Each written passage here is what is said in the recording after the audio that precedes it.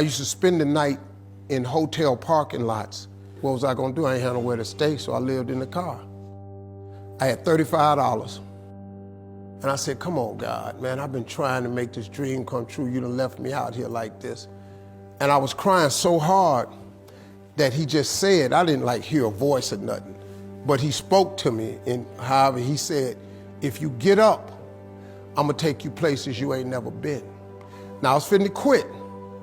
So I said, skip it. I'm gonna quit anyway. So I got in my car, I went to a payphone, and I was gonna call my dad. You remember back in the day where you could punch in a code and call your answering machine and get your messages?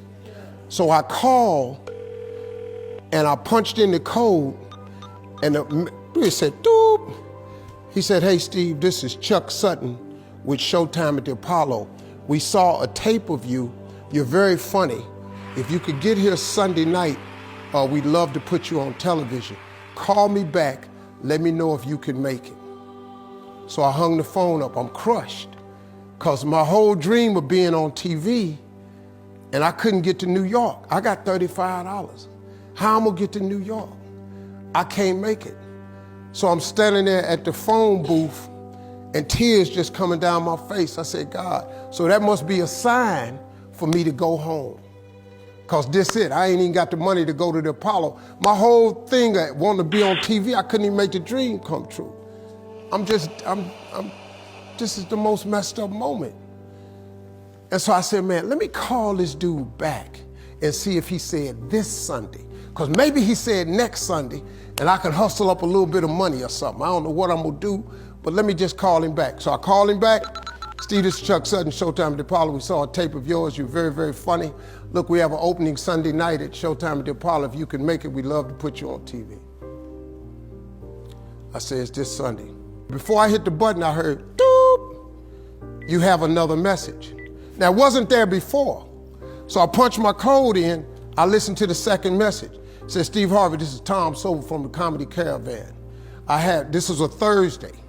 He said, I have a gig in Jacksonville, Florida on Friday night that pays $150. If you can get there Friday night, you'll make $150. So I called him back and I said, hey Tom, did you get a gig away? He said, no, it's still available. He said, can you get there? I said, I'm in Pensacola, Florida. I'm 3.5 hours away. So I drive to Jacksonville, Florida, and that night I made the 150. The club owner said, man, you funnier than the guy we hired. If you stay tomorrow night, I'm gonna give you another $150.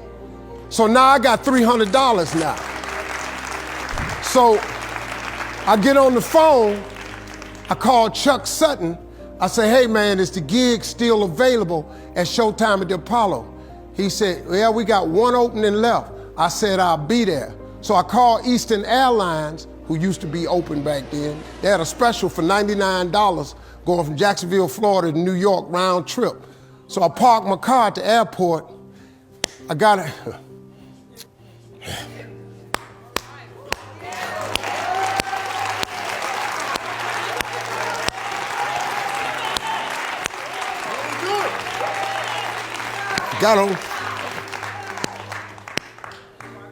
Got on plane, flew. Everything I had was in 2 bags.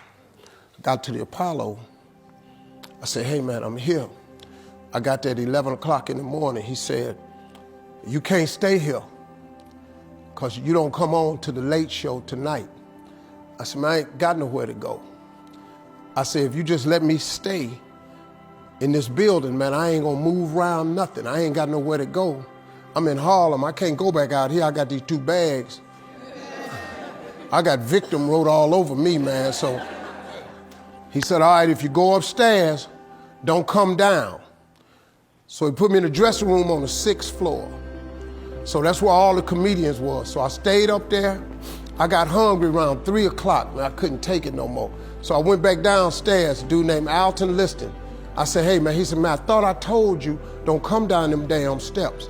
I said, hey man, I'm just hungry, man. I said, let me go to that KFC I saw on the corner. Just let me get some chicken. I'll come right back. He said, man, if you ain't back in 20 minutes, you ain't getting in this building. So I went, bought me some chicken, came back. So the comedians started coming in the building. They started coming up on the 6th floor. So I meet this guy named D.L. Hughley. I introduce myself, he introduced himself. I'm sitting there, another guy come in named Dwayne Johnson. Then this other dude walked in named Jamie Foxx. And I introduced myself. We don't know each other, ain't none of us famous. It's 1991, man. They gave everybody the lineup. I was on the last show of the night. I don't go on to 11 at night. I done had this 4 pieces of chicken. I'm starving, man. That chicken done wore off. I'm nervous, man. I'm about to throw up. D.L. Hughley went downstairs. D.L. Hughley got booed off. Dwayne Johnson got booed off. Jamie Foxx went down there and got booed. They booed Jamie, then Jamie started singing. And then they started clapping. And Jamie had their ass, then he went back to them jokes, and they got his ass. So I'm walking down the steps and I see Jamie sitting on the steps. I said, hey man, hang in there. He said, man, that ain't never happened to me before, man. This is crazy. This Jamie Foxx, man, one of the most talented people in all of comedy. And now, you don't even know how nervous I am, man. I can't even, my breathing is shot because these dudes been booed. So I walk out, I had wrote this joke. Mike Tyson had got in a fight in Harlem with this heavyweight named Mitch Green. Mike Tyson had hit the dude in the eye in the store.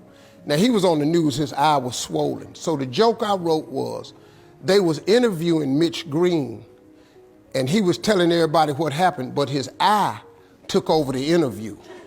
And I wrote this joke that his eye started talking and was just, I tell you what happened.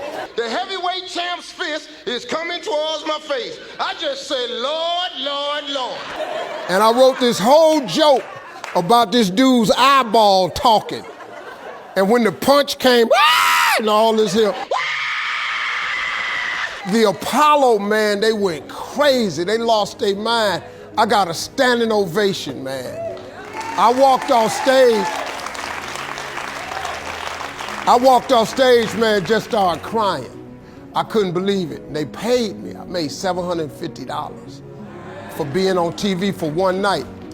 I'd never made $750 telling jokes in one night. And so that was my first television appearance. A couple weeks later, Sinbad was the host of the show. He got this job on Different World. And so he quit. And so Mark Curry became the host. And then Mark Curry got hanging with Mr. Cooper and he quit. And they came to me and said, would you come back to New York and host amateur night for us to just try you out? Oh, ain't no problem. And so I went to New York, I hosted amateur night and I was killing. But every time we went to commercial break, I was supposed to let the warm-up act take over like Ruben does. But I knew not to let the warm-up act do that because he would change the attitude of the crowd because the Apollo was a wild place. So I stayed out there. I did the warm-up and the hosting. And I created a bond with that audience. And that's how I got on TV. It was my very first TV show. I hosted Showtime at the Apollo. I ended up being the longest running host in the history of Showtime Apollo. I did that show for 8 years. Nobody ever did it for 8 years. And that was my turn back moment. See, in your life, everybody has a turn back moment. You have a moment where you could go forward or you can give up.